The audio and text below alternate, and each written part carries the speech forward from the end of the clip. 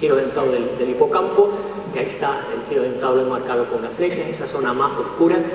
Ahí están las células madre y las células hijas permanecen junto a las células madre, no migran a ninguna parte. ¿Cuál fue uno de los grandes descubrimientos que se hizo en los últimos años? El ver que en el cerebro de los roedores había células que tenían capacidad de migrar. Fíjense lo que yo antes les contaba, un cerebro abigarrado de células, de prolongaciones, expansiones por aquí, por allá, gruesas, delgadas, y en ese entramado había células que eran capaces de moverse, de migrar. Era una migración en cadena, van todas encadenadas, son miles de neuronas las que se mueven y van de la zona subventricular hasta el bulbo olfatorio para ir transformarse en neuronas.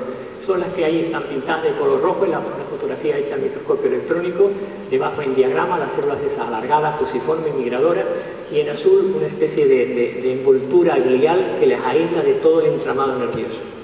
Esto fue un descubrimiento importante porque lo que nos está diciendo es que en un cerebro adulto bien configurado hay cadenas de células que se están moviendo y que algún día, no sabemos si lo lograremos, esas cadenas se podrían desviar hacia otras zonas del cerebro donde hiciera falta. Este es un campo que todavía está, hay todavía mucho por saber y por aprender.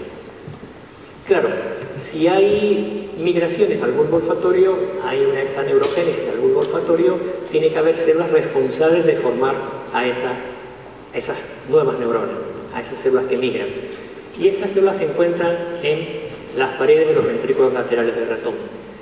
En rojo, con la flecha azul, esas serían las células que nosotros denominamos células tipo A, que son las células que migran al bulbo olfatorio, y en verde, marcado con esa flecha negra, esas son las células madre. Esto también fue un descubrimiento importante, porque ahora ya sabemos dónde están las células madre, cómo son las células madre, porque necesitamos dialogar con esas células. Ya sabemos con las células que tenemos que dialogar.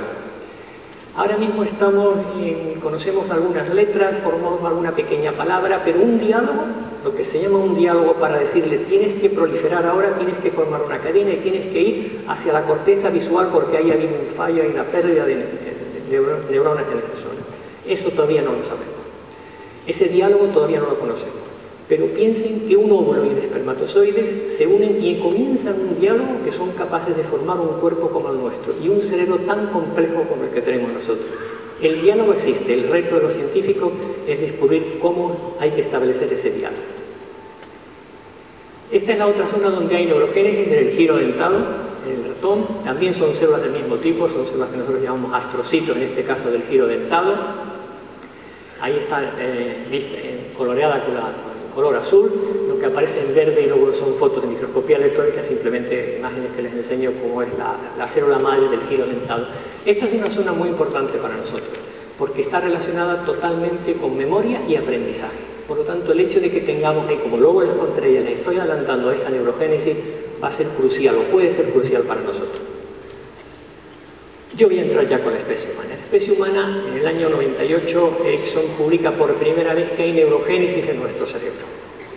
Esto lo hace como eran pacientes que tenían tumores no relacionados con el sistema nervioso y que se le dio una serie de sustancias para determinar la capacidad tumoral de esas células, pero que esas sustancias también se incorporan cuando una célula se va a dividir, cualquier célula donde esté en el cuerpo.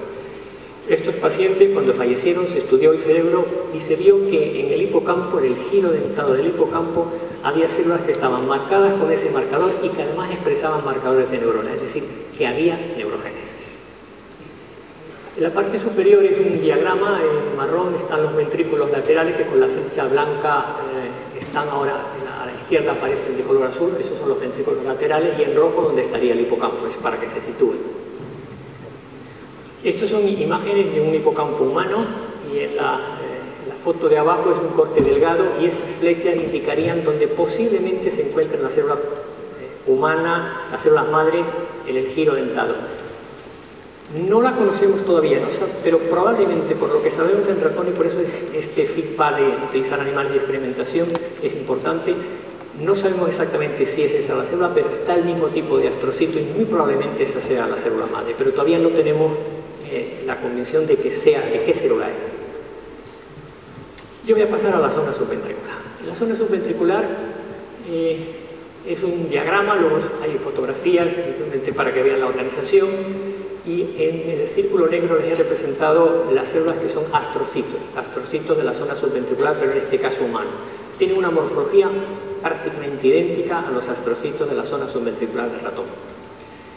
Las preguntas ahora serían, bueno, ¿hay células madre? ¿Se comportan como células madre? En el cuadrado blanco de abajo, esas células que se ven de color verde, esos son astrocitos. Los astrocitos están en la tercera capa, pero no voy a entrar en detalle, de la zona subventricular humana. Esas células además tienen capacidad de proliferación. Otros astrocitos de otras regiones del cerebro no tienen esa capacidad de proliferación, salvo que sean tumores, pero aquí sí que la tienen. Y además, si cogemos de intervenciones quirúrgicas pequeñas porciones de la zona subventricular humana y la ponemos en platitos de cultivo, eso empieza a proliferar, forma lo que nosotros llamamos esferas. Ahí ya verán que aparecen unas letras FGF, EGF, son las primeras sílabas, palabritas que estamos empezando a utilizar para hablar con las células madre. Ya somos capaces de formar esas que nosotros llamamos masas neuroesferas, y además somos capaces de diferenciarlas hacia diferentes tipos de neuronas, no todas las que a nosotros nos gustaría, y también a otras células que habrán oído hablar, que son los oligodendrocitos, que son células que mielinizan, y otros tipos de astrocitos. Es decir, que tenemos células madre en nuestras zonas